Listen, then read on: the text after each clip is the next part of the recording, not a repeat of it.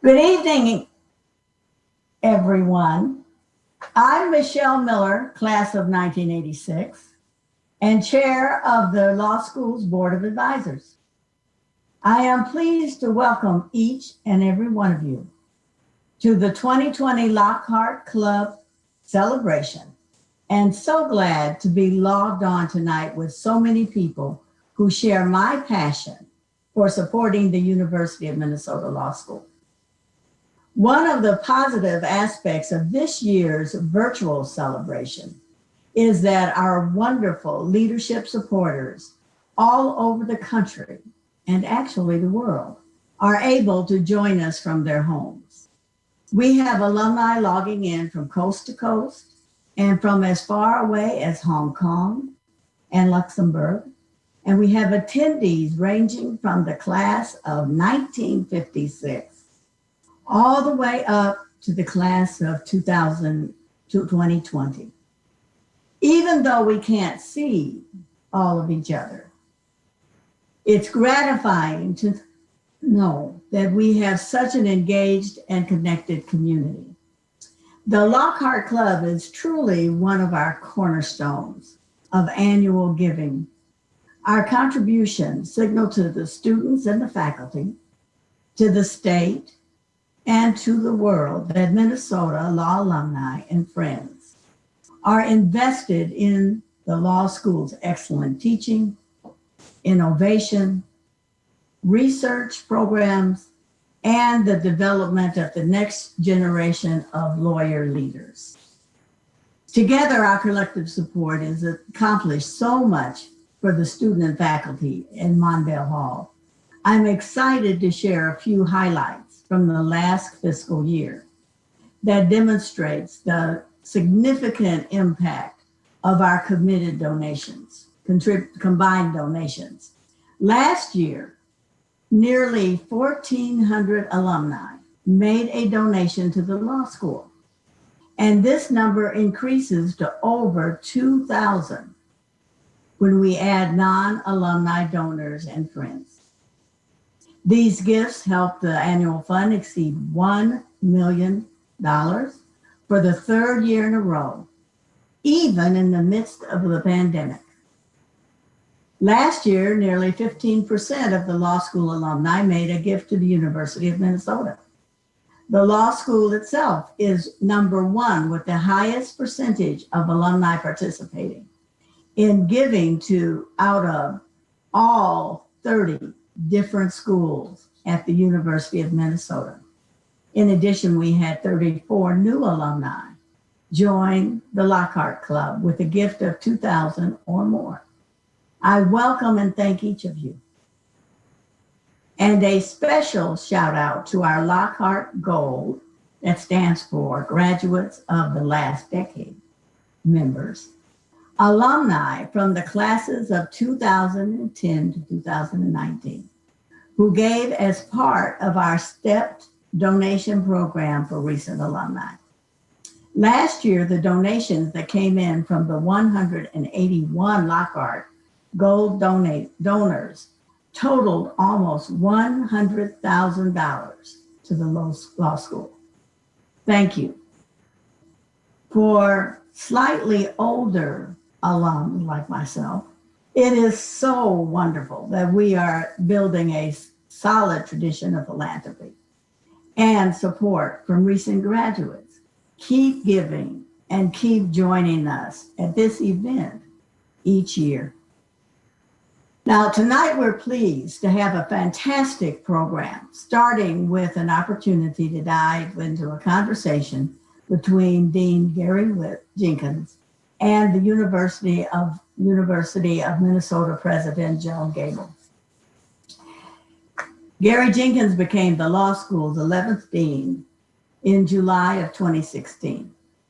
With 4 years under his belt now, probably all of us has had an opportunity to hear or see Dean Garry Jenkins' impressive resume.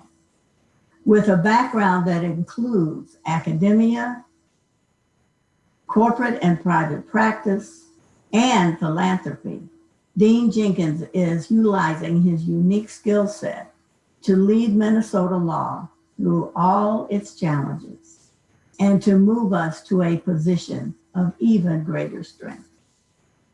Joan Gable assumed office as the University of Minnesota's 17th president on July 1st, 2019.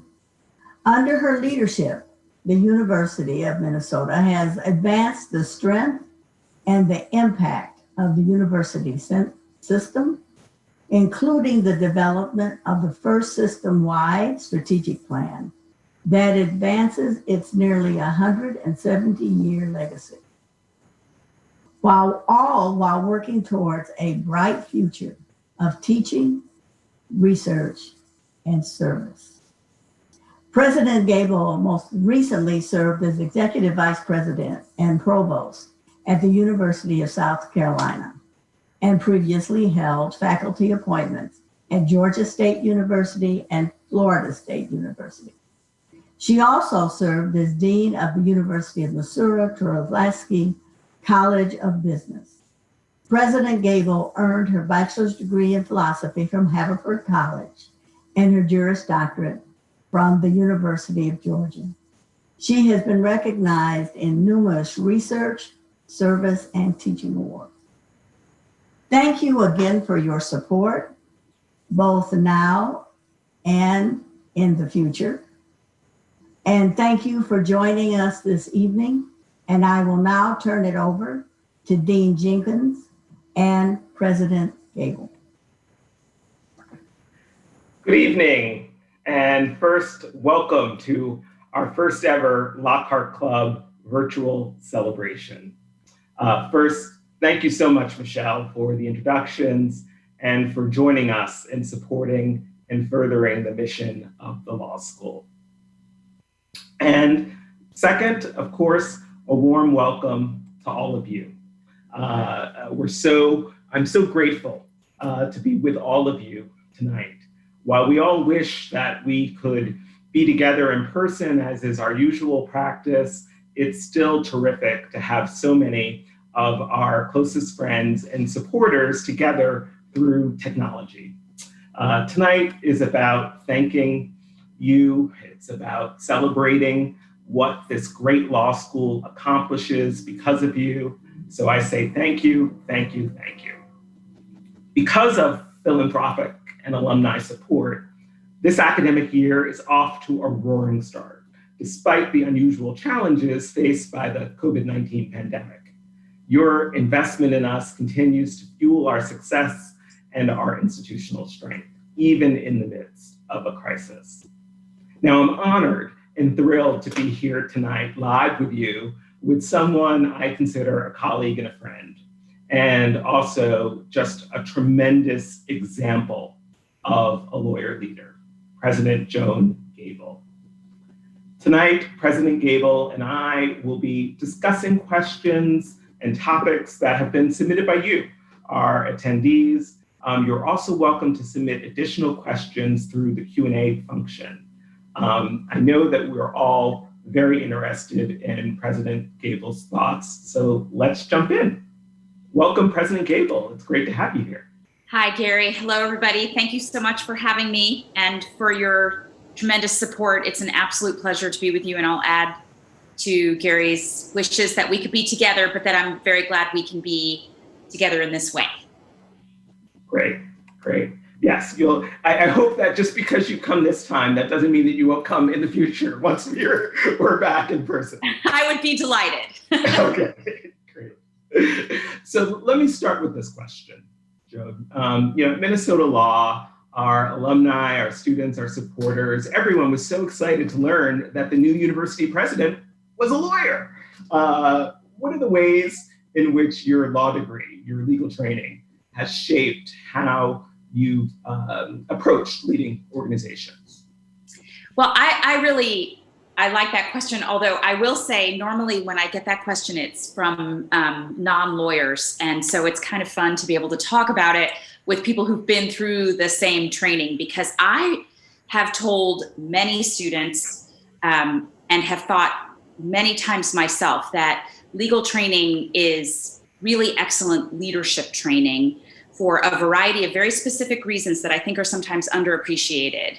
One is that we become absolutely intuitive about critical analysis, taking in large amounts of information that can seem disparate and unrelated and figuring out how they fit together in a way that we can clearly explain to anyone. This is something we all learn how to do. We don't even think about it over time.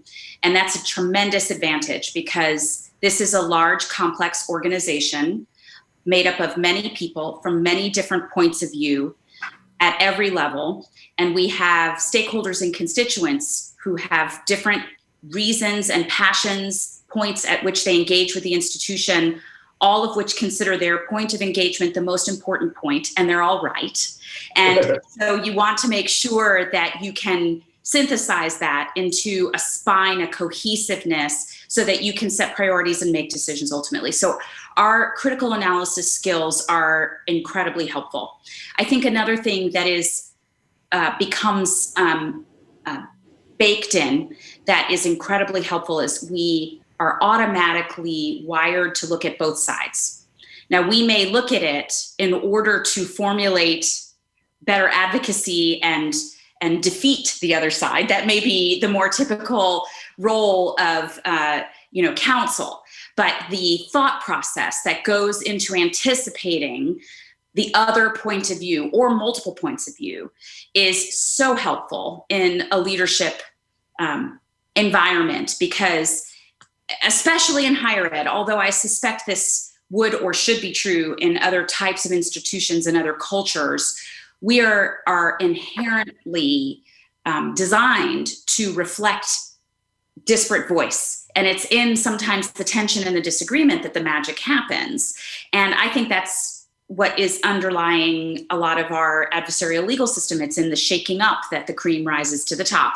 And I think this is true in the higher ed environment too, being comfortable in that space, being empathetic and sympathetic to an opposing or just differing point of view comes very naturally to us. And I think has been very helpful from a leadership point of view. And then I think at the end of the day, I try not to step on landmines. I think I might be better at spotting them than some others. I think that comes with the training too. And I say that a little tongue in cheek and a little nervous that I may have just, set out some bad karma that if I were to trip a wire that I would have no forgiveness at all. But I think we might have our instincts evolve, of course, as to areas of risk that I think are very helpful in leadership. Right. Well, sometimes you can spot an issue. That doesn't always mean you can avoid the issue that you spot. True statement. Now, as an academic, as Michelle said when she shared your bio with us, you came up through business school faculties, not through law school faculties. But yet, can you talk a little bit about how you see law schools and maybe we'll broaden it to professional education in general, but law schools, what role do you think they play in a large, comprehensive, great university? So I should say my tenure line was always in the business school. And when I moved into leadership, it was in business school leadership. But for the first 12 years of my career, I had a courtesy appointment in the law school and did teach in the law school, insurance law of all things. And in the field, the little boutique field that I was in, which is the legal environment of business field, all of our publication expectation were in law reviews. So I would call us cousins in a sense, in terms of so I believe that my thoughts on the role of the law school are not just because I was once a student in one, but that I have just enough insight to get myself into trouble, right? So but here's the thought I have on that developing a cadre of well-trained, thoughtful, ethical, insightful counselors is a social obligation, in my opinion. I think when we say that large research universities should have a law school, that when we answer the question why, it's because in the absence of that, society suffers. So I think our educational requirement our educational contribution in the law school is critically important, not just for the students who receive the education, but for the function that they will fulfill well and with integrity. And then I also think that the research that our faculty do around, that push the envelope on how we explore legal questions and related areas like ethics and justice, and we see that these research questions become very applied in the environment that we find ourselves in now. The ability of the legal faculty to then become bridges between other faculty, like policy faculty and business faculty, for example. Or when we talk about commercialization in the context of doing so in a way that is protective of the rights of the inventor. What does it mean to be creative and have ownership of that? What does it mean to serve in a policy way, in a methodology with a technique, with an obligation that makes sense, that is protected, that creates protection. And I could go on all the way down to the very technical representation of clients, fair and accurate transactions, and so on. So I think if we are not exploring those questions and preparing generations of talent to act upon that exploration in real and applied ways, that there's a gap. And we, as a land grant institution, are not supposed to allow for gaps. We're supposed to fill gaps. That's where our mission lies. And so I think it's very important that we have a law school of the highest quality, that we invest in it. I'm very grateful to everyone on this call for their support, but also for their advocacy and for helping us tell this story to those who may not have had that education or may not have ever needed a lawyer, although we all know they eventually will, and they'll thank us then, and making sure that what we contribute in that space is excellent and fulfilling. Yeah. I mean, I always say that law is everywhere, meaning that, when I'm talking to particularly prospective students, that there isn't an important issue in society that doesn't have a legal dimension, or Correct. that won't maybe or come up to the courts at some point, but there's always going to be a legal nexus. So I think that's spot on. So we've got a lot of questions about the pandemic, not surprisingly. So let me put the question this way. Really, the pandemic is impacting every aspect of the university, right? From teaching and research to athletics and student life and the budget.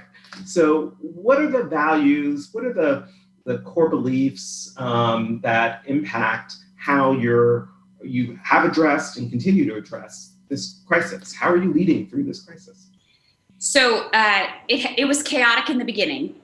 And we saw that through some of the whiplash of very quick decisions that all of us in all of our institutions and all of my peers in higher education were making, where our faculty responded tremendously, as did our students and staff, and pivoted, and I'm so sick of that word, but we pivoted into completely distributed learning. And I think particularly for programs like law that are not traditionally taught in this way, for some of our faculty, it was a very normal thing to deliver content in this way, and for others, it was a fundamental shift.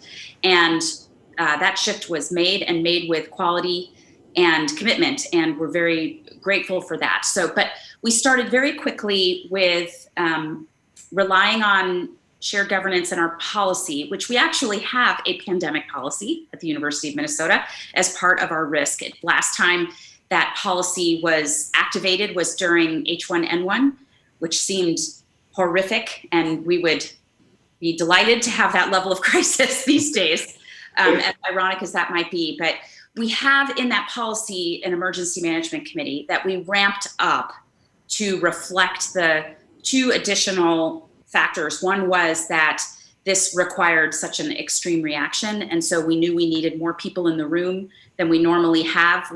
I'll give one sort of superficial example, which would be our PR team would normally receive a report from the committee as the committee left the room. We felt like the messaging was so important that we needed them in the room, hearing it in real time. They're literally writing emails, statements, et cetera, as the decisions are being debated so that we can move information out quickly. And in the beginning, that was sometimes multiple times per day. And then we also reflected within our process that we are a system and we have a statewide obligation, and this was hitting everyone at the same time, but in different ways depending on their community. And people don't always think about this in the Twin Cities, but I'm the president of the University of Minnesota system too. And so we wanted to make sure that our chancellors who run smaller campuses had support and that we had consistency in our decision making, because on the business side, we say markets can handle good news or bad news, but what they can't handle is uncertainty. And in the midst of this pandemic, it's just nonstop uncertainty. So anything we could do to create some consistency, some predictability across the system was a good thing. So that was the sort of organizational structure of how we approached it. And then we very quickly got into value statements and really thinking about, all right, what are our defaults in all of this? So the first one was safety first, and that we would do everything we could to be as safe as possible, which evolved to a definition that is hard to express in anything but this sort of mediocre way, which is that we were as safe as any place else, which is not normally what we aspire to. But we came to that definition because we felt that we were best able to fulfill our mission and be of service if we were open in as safe a way as possible. So we made that conscious decision that rather than just closing until point in the future to be determined, that there was research happening, there was instruction happening, there was service happening, there was clinical care happening, et cetera, and that we could find the intersection between being as safe as any place else and offering our core mission and then more as safety allowed.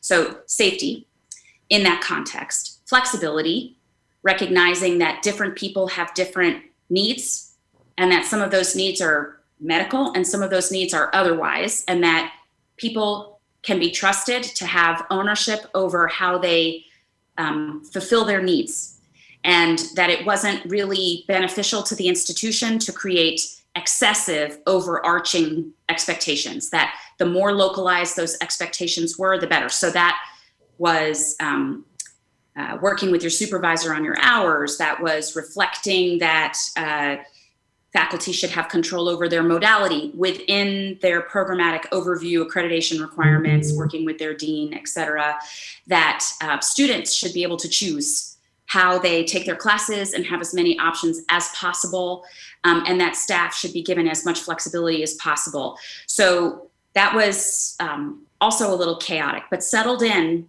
I think, relatively quickly into the other phrase that we all hate, which is new normal.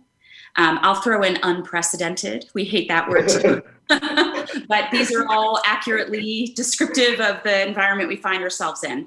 So, but soon to be on the ban list. List. I know. What's the band name going to be? What's our number one hit? But so safety, flexibility, and then contribution, and thinking about how we serve in a way that we are uniquely positioned to do so.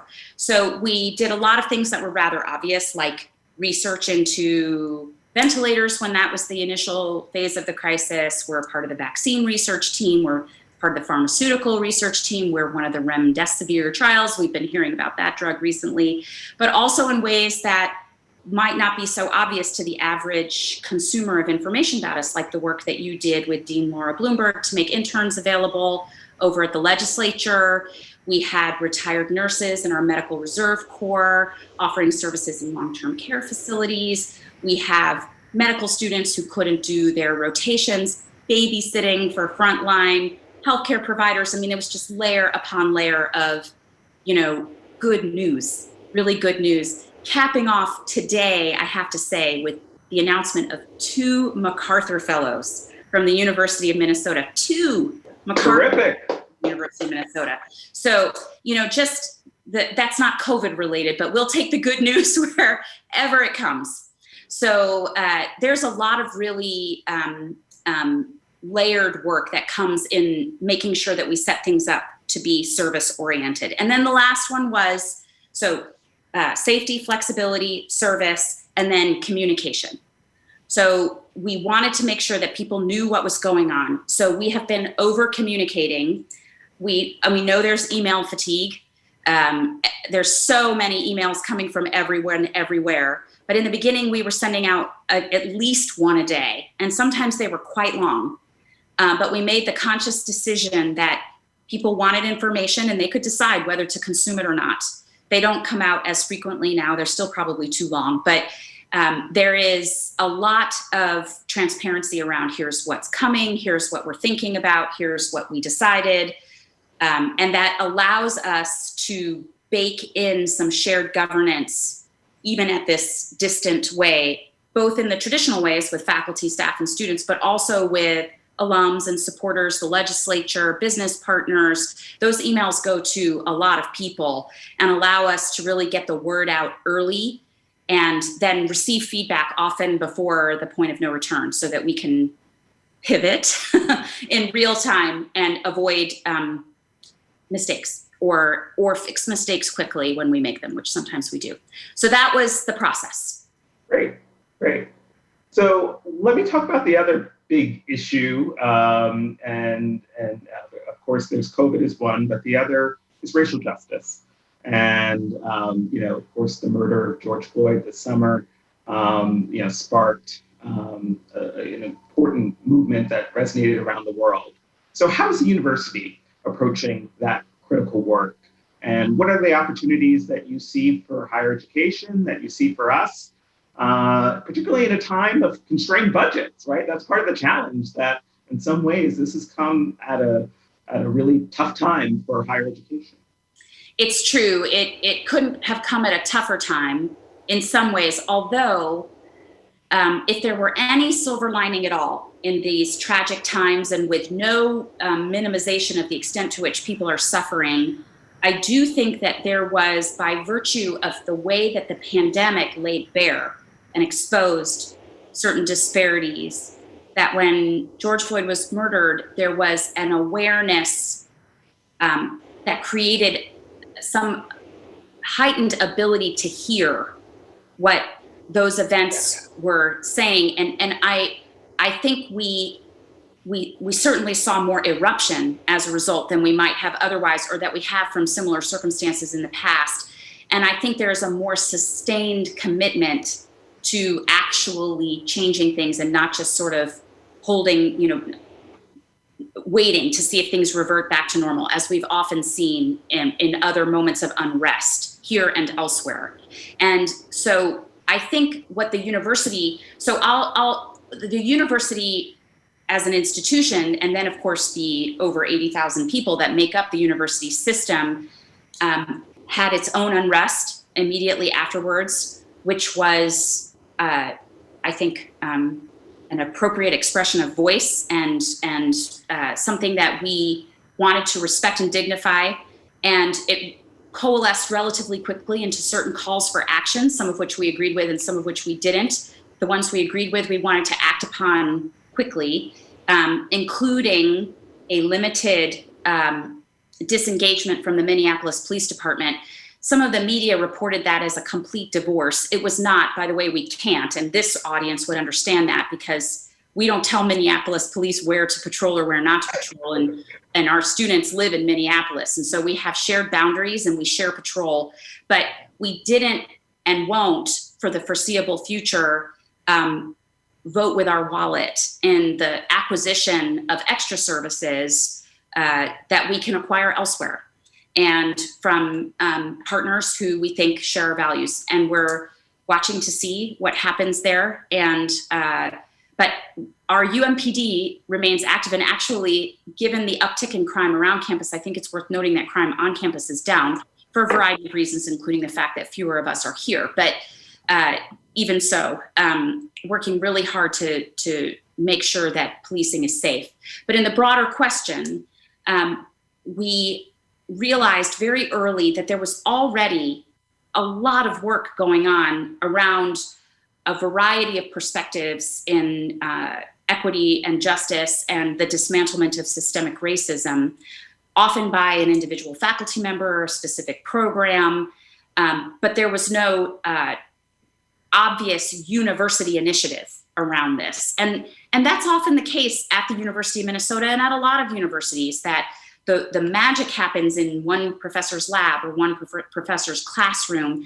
And there are very few things that large, complex research universities do that represent the entire institution. The institution is the sum of its parts. But there was a very clear shift in the expectation that there be a signature university level commitment to being a part of the solution, a part of the improvement.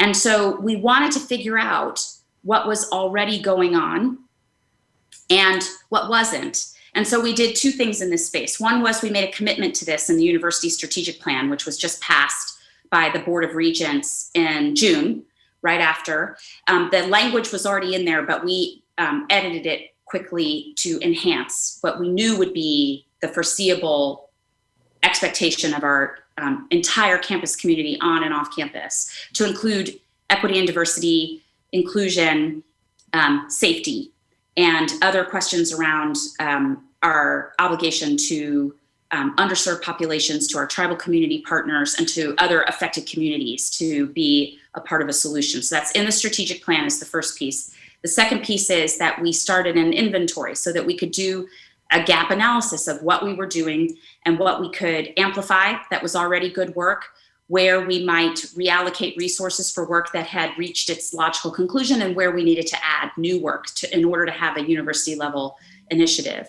And what we found at the time I last reported this to the deans, Gary will remember me saying we had over 600 entries on this inventory. We're now well over 700. And that's sort of an amazing thing, but it's double-edged, because it's amazing that we do that much work, but it's also concerning that we do that much work and more people don't know about it, that it doesn't feel, it does not create the feeling of the level of impact that it probably should, given the amount of work going on. And so we're trying to figure out how we amplify that work, how we double down in that investment, and then how we elevate it so that it is impactful in a way that creates the actual improvement in equitable outcomes, but also the subjective feeling that is required in order to create an inclusive climate. So that's very deeply imbued in these two efforts. In the meantime, our Office of Equity and Diversity is increasing training. We have expanded some of our student programs. We are working through the strategic plan on resources, both to make the campus accessible and to increase the likelihood of success upon arrival for our prospective students from underserved populations. We are working with the business community, which is so robust here, on opportunities for students and faculty and staff outside of campus, both in employment and in support for the work that they're doing. I've joined the Big Ten Anti-Racism Coalition. I'm working in a coalesced group of presidents that McKinsey has put together. And I know that on ways in which higher ed can contribute to this issue. So the answer is in progress, and with the vulnerability to say that there isn't a, see, here it is, silver platter answer, but that the work gives me optimism that we're really going to make a much more robust journey towards than we have been in the past. So we just have a few minutes left, so I'm going to ask one last question. And it's simply this: what have you learned about the University of Minnesota, and what have you learned about yourself in this year? Oh gosh. I'm going to fill the time with the University of Minnesota and hope no one notices that I don't talk much about myself. Well, the good news is we don't have much time. So. Okay, good. All right, so the University of Minnesota. So I will tell all of you something that you know, but that I think, having arrived from the outside and having been in higher ed for most of my adult life and having been at other really wonderful institutions, this is a great place. And there are a variety of reasons why that's true. So it is a place that really has a unique balance between understanding its sense of place, that it is the University of Minnesota, but that means that you can be anchored and have world-class global impact, that you have absolutely top-notch, unassailable excellence and still be mission-bound. There are very few universities that can claim that.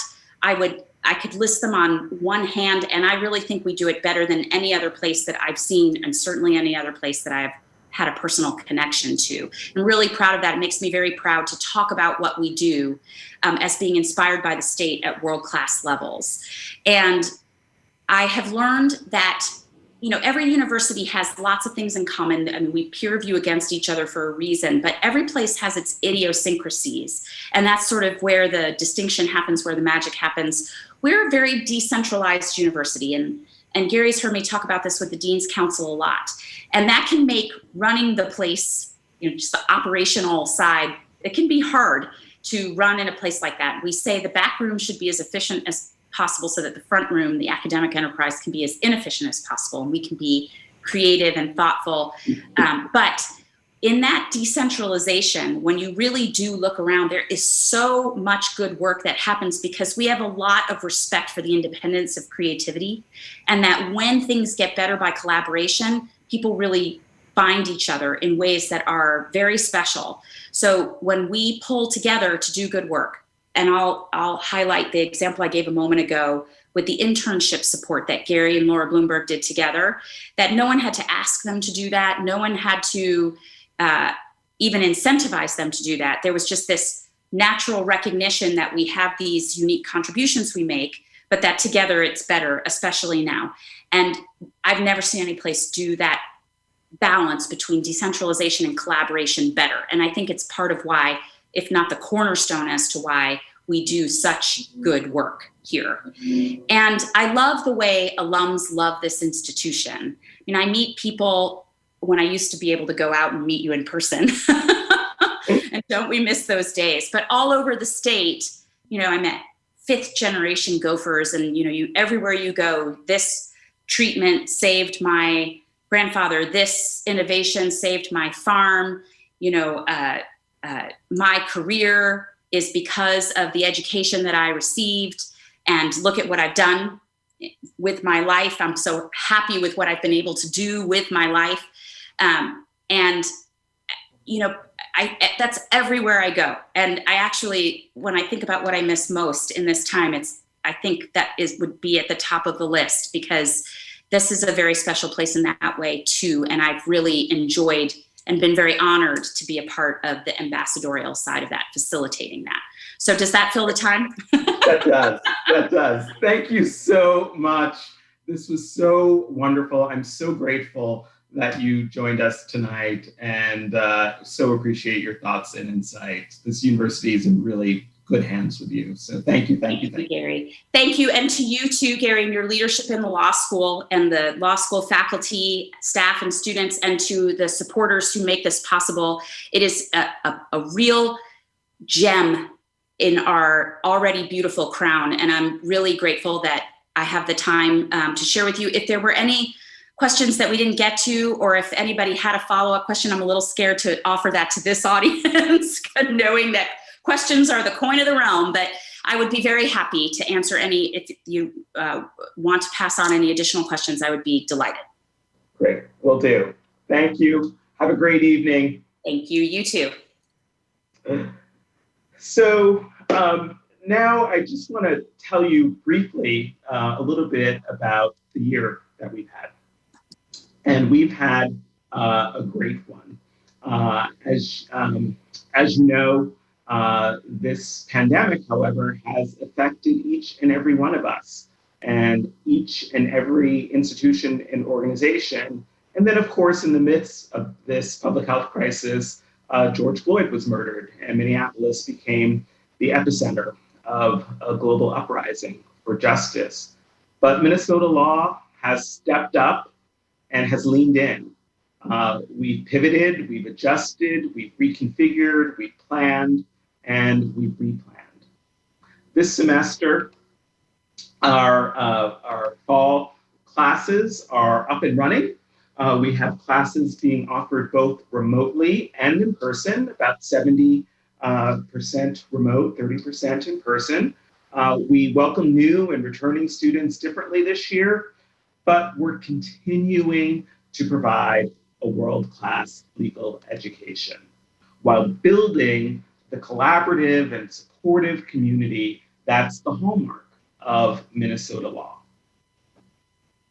Because of your support, we've been able to invest in important technology, teaching, and student support resources. We've allowed our faculty to provide a top-notch classroom experience despite the challenges. It's allowing us to keep all of our community safe and healthy, and allowing our students to focus on making the most of their legal education during this time. This year, we welcomed a JD 1L class of 212 students. That's just 3 students short of our pre-COVID goal. That's a true accomplishment. And we did that, by the way, while increasing, once again, the entering academic credentials of the class. And we increased diversity as well. I joined the law school with a commitment to expanding diversity. And we have now increased the percentage of students of color in the entering class to 25%. That's a 78% increase over the last 4 years. It's our largest number in at least the last 15 years. And it moves us to the upper tier of our peer law schools in the Midwest on student diversity. We've made considerable progress, but we know there's still far more work to be done.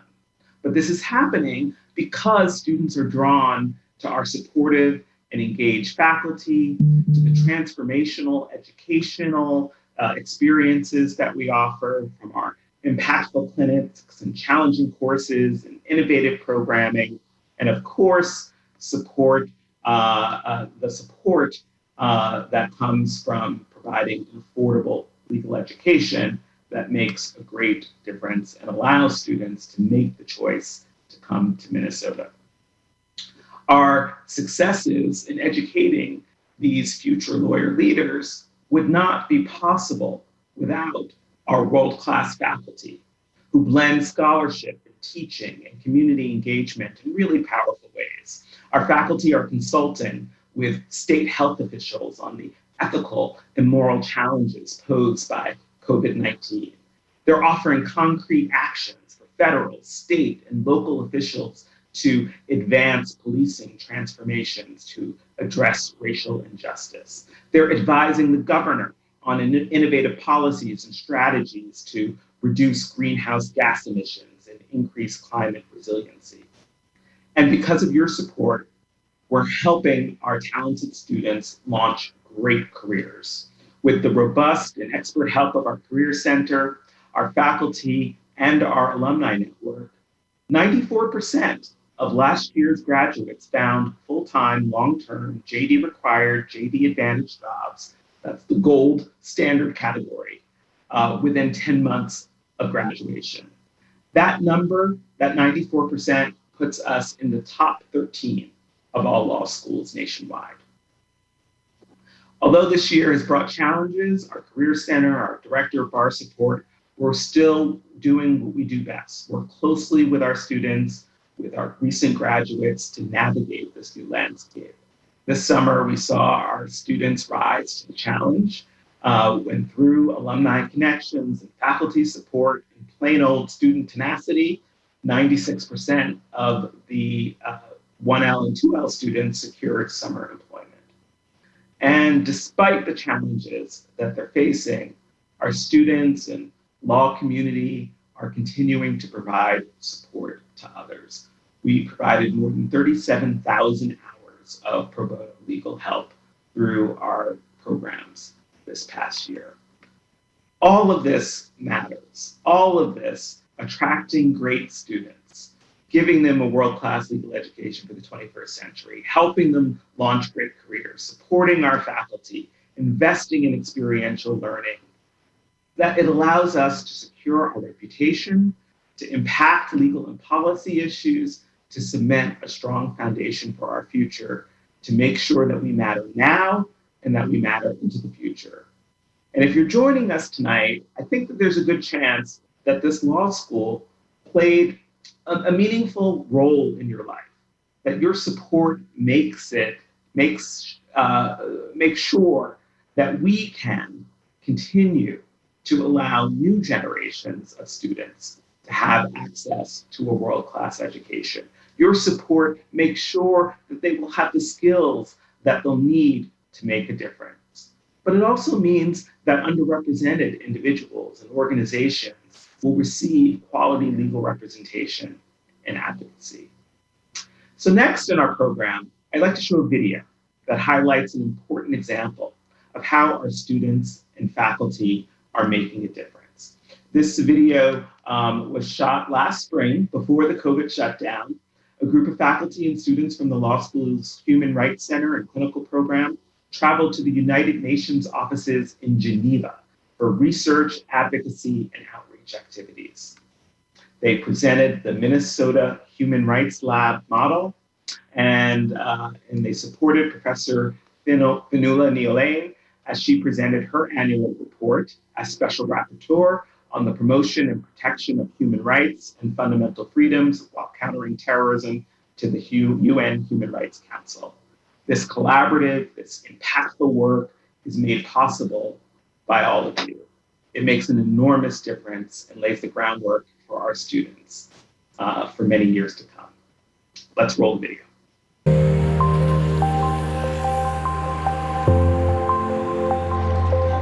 It's a really interesting week to be here. We had representatives from all over the world who are coming together to discuss important human rights related issues. It's been incredible just to see the variety of ways that University of Minnesota engages with the UN system and with NGOs around the world. We have a dynamic group of students from both the Masters of Human Rights, College of Liberal Arts, and the law school. We've had quite a few high-level meetings with people that are interested in both LGBT employment rights and refugee issues, of which the Human Rights Center at the law school is doing a great job of looking at all three of those issues. We've been really lucky. We've been able to meet with some members of the Human Rights Committee who are very interested in the issues that we've been talking about. It's critical that we engage very closely with external partners, people who have direct knowledge of the issues that we're hoping to make an impact in. Since last year, we have been working in a partnership project with the University of Minnesota to document human rights abuses targeting LGBTI asylum seekers and refugees. This is a very exciting project that has really led me to come to Geneva, places where decisions around human rights are made, where voices are heard, and I'm really happy to be here. I thank Mexico, Indonesia, Iraq, the International Commission of Jurists for acknowledging the victims of terrorism. I know Professor Ní Oileán had a report that she had produced just recently, and so she was able to present to a number of nations and get feedback, and then throughout the week has been having dialogues with different NGOs and nations about how to kind of balance the necessity of national security while still maintaining and protecting human rights. It's also really fun to be here with Minnesota. I'm here with a number of my colleagues. I would like to talk a little bit about my research within the context of the Human Rights Lab for some of the ethical questions that we're trying to deal with. Kind of everywhere I've ended up, I've run into people who have some connection to the University of Minnesota. Or, I think just the emphasis and focus from the university on human rights and kind of their international outreach is felt at the UN and has made an impact. I think as Minnesotans, we often grow up with this sense of we shouldn't talk about ourselves or we shouldn't promote ourselves. I think I have to be really clear here. Unless we promote this work, people are going to get left behind, and we can't leave anybody behind. Minnesota is a very unique place for having really supported the work that we do. For people to be able to give these stories of hope, their voices have to be amplified. They have to be heard. And that's why I'm so much encouraged by such opportunities, by such partnerships. And this really encourages me in my daily work amidst all the challenges, and knowing that there are people miles away who think about what I do, who support what I do. And so for me, this partnership with the university is about partnering with the people of Minneapolis and the organizations in Minneapolis that believes in human rights.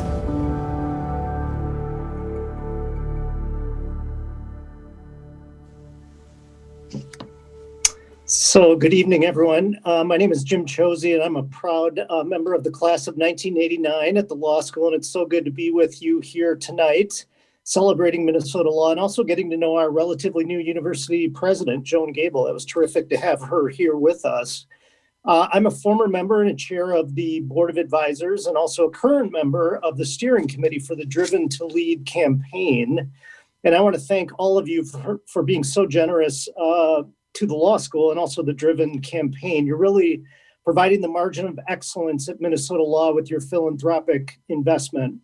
And I'm pleased to tell you we're at a very exciting place in the campaign. We have just 9 months left until the campaign ends on June 30th of next year. And we've already exceeded our original goal, which was $80 million, by raising not 80, but more than $91 million, which is really a cause for huge celebration. And that success has been made possible by all of you and also by a remarkable $25 million gift from the Robina Foundation, which endows the Binger Center for New Americans, which that gift was truly transformative in the way of a contribution and investment in our law school.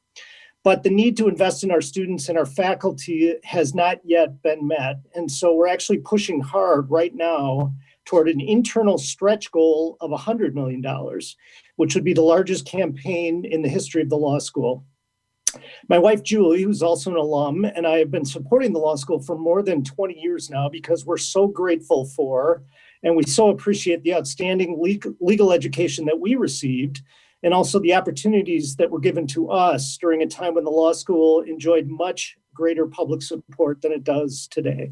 So we want to pay that forward by offering the same opportunities to the next generation of lawyer leaders. And we feel very strongly that we have an obligation to do our part to help sustain the incredible foundation that was provided to us. So we do that each year by contributing to the annual fund. And we also recently endowed a scholarship fund that's going to continue to make it possible for excellent students to attend this great law school, regardless of their ability to pay. And that same opportunity to help secure the future is actually available to all of you too. So tonight, I want to ask you to please help us reach that stretch goal before the campaign ends on June 30th. We welcome all kinds of contributions, from outright gifts to multi-year pledges, IRA distributions, beneficiary designations, stock transfers, even estate planned gifts. We do not discriminate. All gifts are welcome and all gifts will count towards our campaign goal and will help Minnesota Law's position as a preeminent public law school. I know that our terrific advancement staff would be delighted to help you if you have any questions, and they're also ready, or if you're ready to join us in the campaign. But right now, we just want to offer you our very sincere thanks for all that you have done, so thank you. This next video is going to give you an idea of the impact that you all are having at Minnesota Law, so let's take a look at that.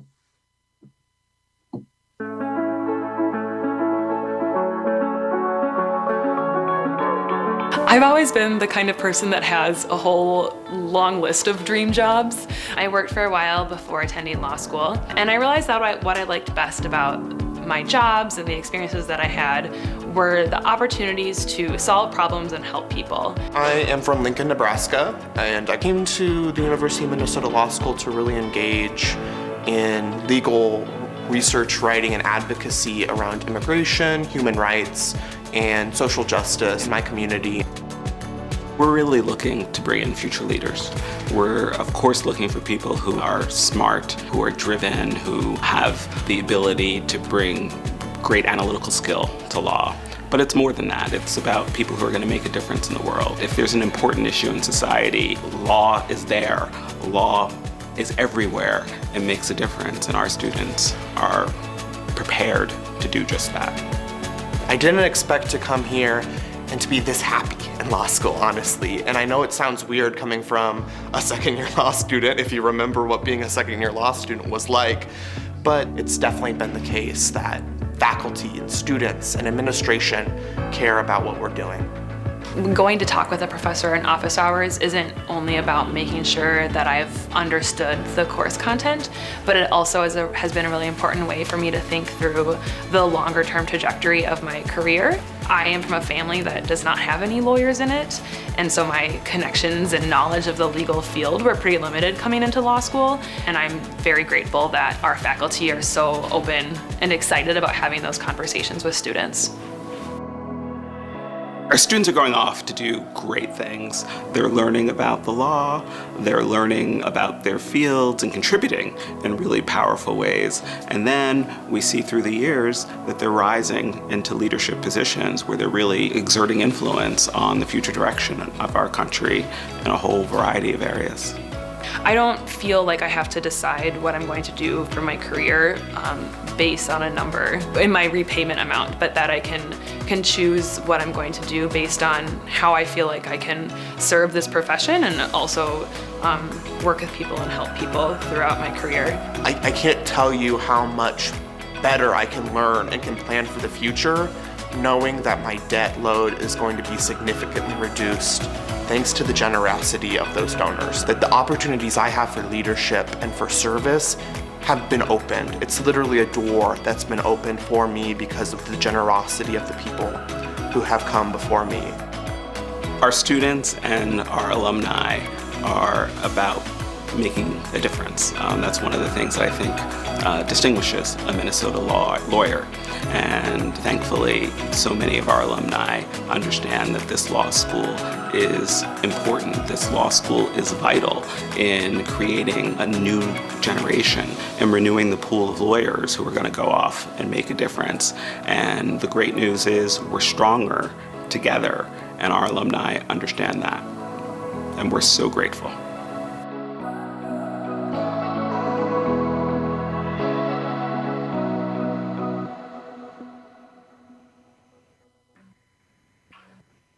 Thank you, Jim.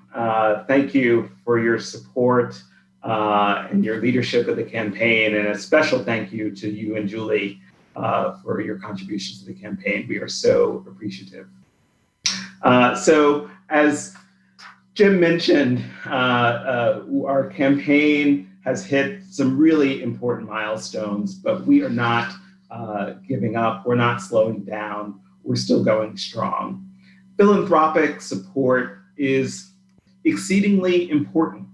It's important every year, especially when state support has been in decline and when we're in a precarious competitive position with our peers. But with COVID, with the storm that we're facing, and the final year of the campaign, alumni support is more vital than ever. There's surely uncertainty and challenges ahead, but I know that we are driven to lead and that we can redefine legal education. We can contribute and produce lawyers who will contribute. We are working hard to continue our education and research and public engagement missions to support our students, our community, and society during this time. These crises only remind us of the importance of lawyers and the special brand of Minnesota law lawyers who make a difference. This is one of the world's great law schools, accomplished faculty, amazing students, supportive staff. Minnesota law has been a national leader in legal education for almost its entire history. But in this environment, we can't take the future for granted. We do so many things for so many, teaching and mentoring talented students, providing those students with real-world clinical experiences, while also providing important legal representation to those in need, which is so important right now, as so many clients are struggling with COVID and disenfranchisement. And we are literally their legal lifeline. We also produce influential leadership that courts, regulatory agencies, legislatures, commissions, nonprofits, and other scholars use to advance law. And we educate the public about legal issues. Our work is in service to people, to organizations, to the profession, and to the world. And we take this responsibility seriously. So thank you, Lockhart Club members. Thank you for joining us to support the next generation of great lawyer leaders. Thank you for believing in the power of the law school and its people to make a difference. We are so thankful that you have joined us virtually tonight.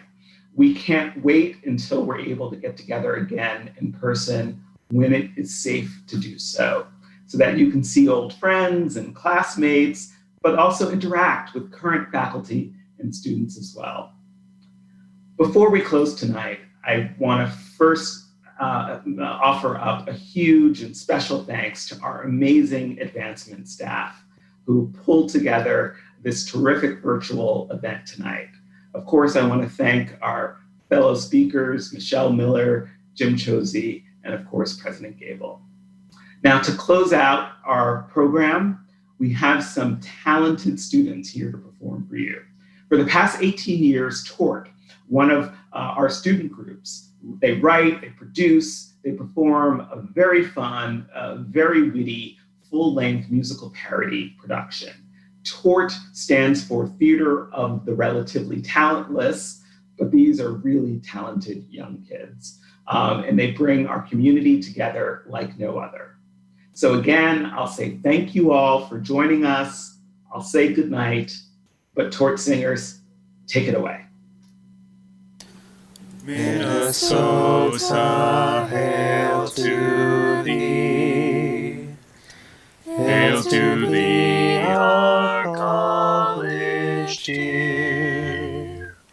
Thy light shall ever be a beacon bright and clear. Thy sons and daughters true will proclaim thee near and far. They will guard thy fame and adore thy name. Thou shalt be their northern star.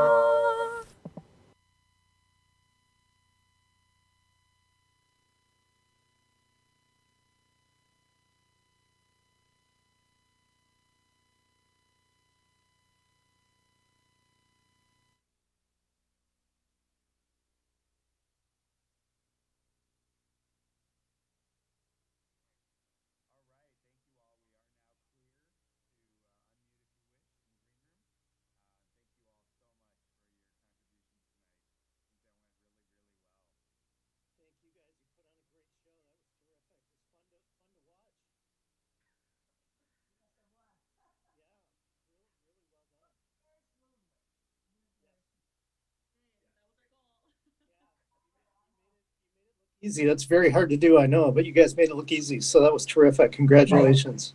Well, we brought in a big gun from the from Central University who's been doing this. And we appreciate it. Thank you so much, David. Happy to do it. Thanks for inviting me. It was a pleasure, and again, really fun to participate. And congratulations, you guys. That was awesome. It really was. It was great. So thankful for you all. All right.